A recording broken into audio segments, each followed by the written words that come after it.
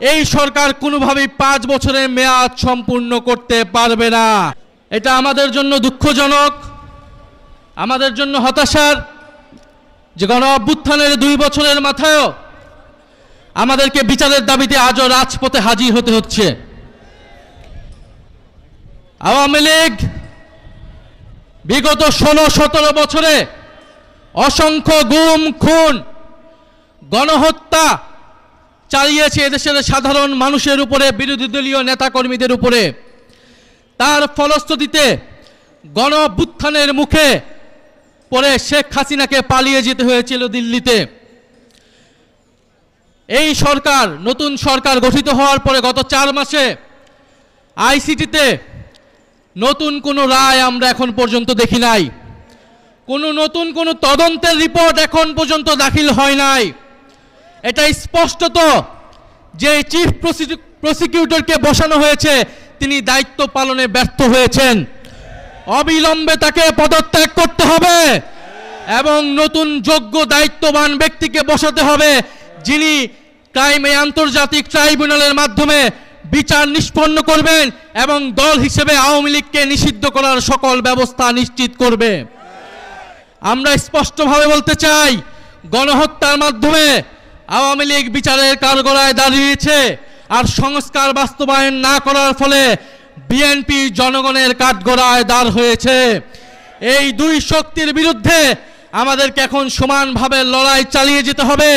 সংস্কার, বিচার এবং বাংলাদেশের সার্বভৌমত্ব রক্ষার জন্য 11 দলীয় ঐক্যের নেতৃত্বে আমাদের এই লড়াই সংসদ এবং সংসদের বাইরে আমরা চালিয়ে যাব। আপনারা সেটার জন্য কি প্রস্তুত রয়েছেন? শরীফ ওসমান হাদী হত্যার বিচারকে আমরা নিশ্চিত করব ইনশাআল্লাহ। সেই সকল হত্যাকাণ্ডের বিচার আমরা নিশ্চিত করব। এবং আরেকটি কথা বলে দিতে চাই, আওয়ামী লীগ একটি ফ্যাসিস্ট, গণহত্যাকারী এবং সন্ত্রাসবাদী সংগঠন। আওয়ামী লীগ দেশের স্বাধীনতা, সার্বভৌমত্ব বিরোধী সংগঠন, যার আশ্রয় হয়েছে দিল্লিতে, কারণ আওয়ামী লীগের শেকড় রয়েছে দিল্লিতে। আওয়ামী লীগ একটি ভারতীয় পার্টিতে পরিণত হয়েছে, আগাগোড়ায় এটি একটি ভারতীয় পার্টি ছিল।